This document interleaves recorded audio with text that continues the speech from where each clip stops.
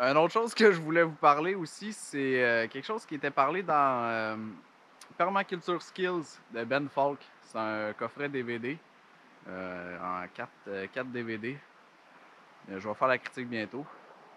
Mais en fait, le sujet que je veux parler, puis dont il fait mention, c'est que ça va vous prendre de l'outillage si vous visez l'autosuffisance. Ça va vous prendre du matériel, ça va vous prendre beaucoup de choses. Puis lui, sa vision, en fait, ce qu'il expliquait, c'est qu'il prenait une faux. Il s'était acheté une faux à 300 350 une faux de qualité.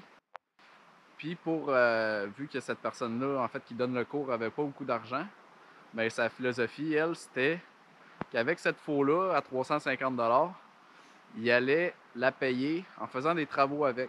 Donc, il offrait aux agriculteurs du coin de faire leur fossé, de faire différents travaux avec la faux, jusqu'à temps qu'elle se paye d'elle-même. Et après ça, il arrêtait. Fait que je trouvais ça vraiment intéressant parce que ça lui permet d'expérimenter son outil, ça lui permet de le payer, puis ça lui permet d'être beaucoup plus résilient. C'est une philosophie qui est intéressante à mon avis. Tu sais, qu'on pense à scier du bois, par exemple, s'acheter une scie mécanique, c'est un coût fixe.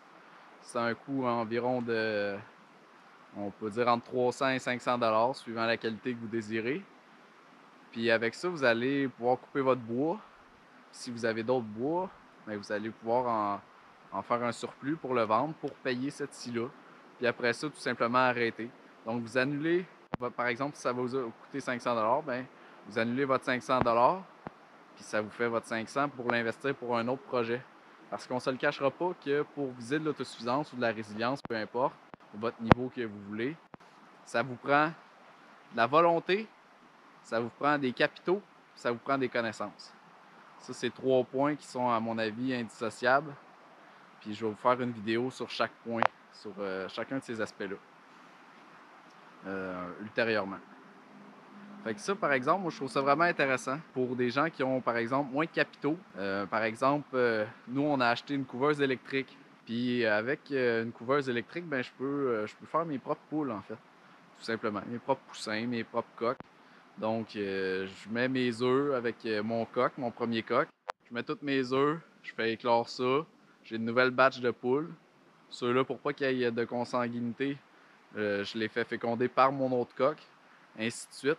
Fait que ça fait en sorte que le sol intrant, outre la moulée puis l'entretien de ces animaux-là, ben le sol intrant animal, ça serait un autre coq d'une manière peut-être aux 2 ans ou aux 3 ans pour rentrer de nouvelles génétiques. Tu sais, la couveuse qu'on a achetée, elle nous a coûté 110, 120, quelque chose comme ça, 120 ben si j'avais voulu, tu sais, je pourrais vendre des poussins jusqu'à concurrence que j'atteigne mon montant d'argent.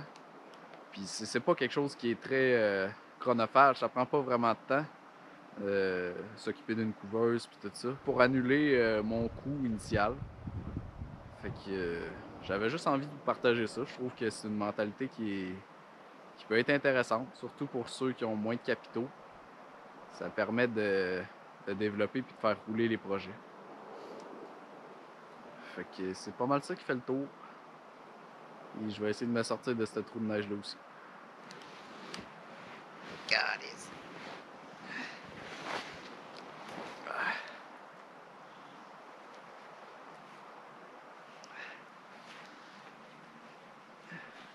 C'est des bons plats de tournage en plein hiver.